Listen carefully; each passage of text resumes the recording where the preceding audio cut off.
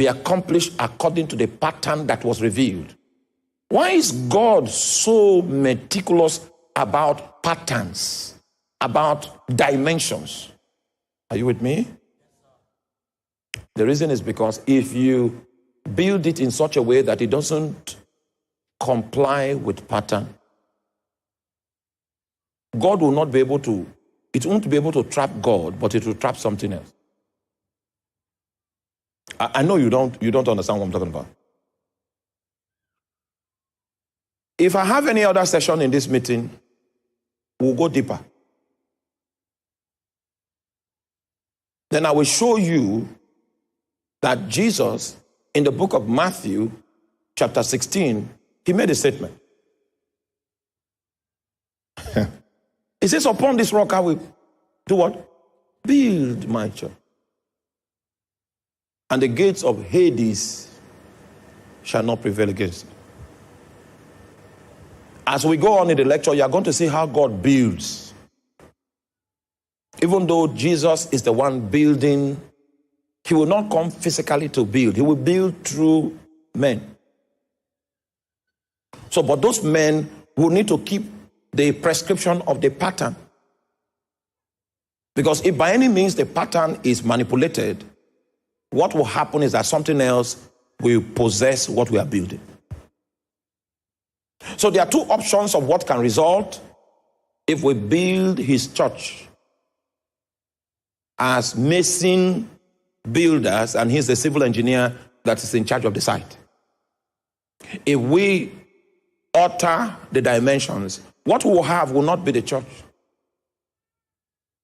The resultant product will be what we call, according to the book of the language of the book of Revelation, it will become the congregation of Satan. Because the gates of hell will prevail. Are you still with me? Oh, you're not with me. Now, if I have any other session in this meeting, we'll now go into measurements. By the time we finish the measurements, like civil engineering, strength of material, you will see that what we call church now is a far cry from the apostolic pattern. And we're not sent without a blueprint. It's just that it's no longer followed. And guess what happens when the pattern is ignored? Something else begins to inhabit what we build. And that's why part of the job of the apostolic in this time, the revival that is coming is an apostolic revival, not an evangelical revival.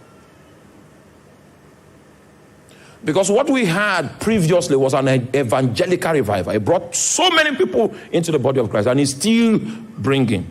But you see, when you look at the people that we call Christians,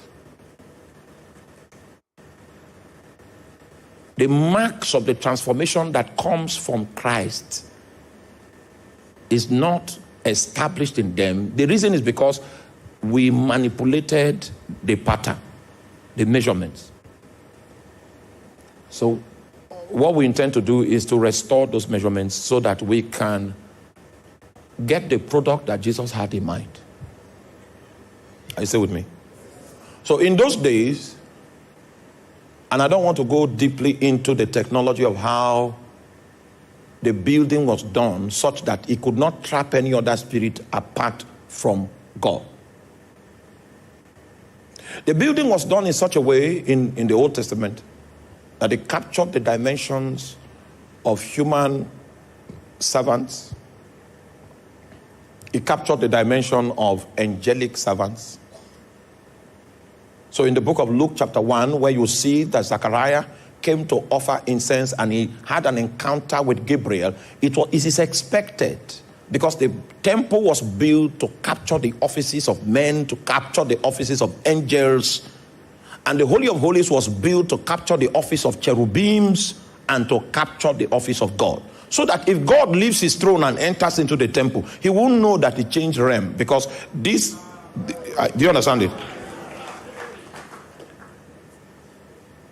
That the Holy of Holies was built to mirror his dimension. So he doesn't know that he changed realm, but we have trapped him in that place, and we can receive his counsel, we can hear his voice, we can see his illumination.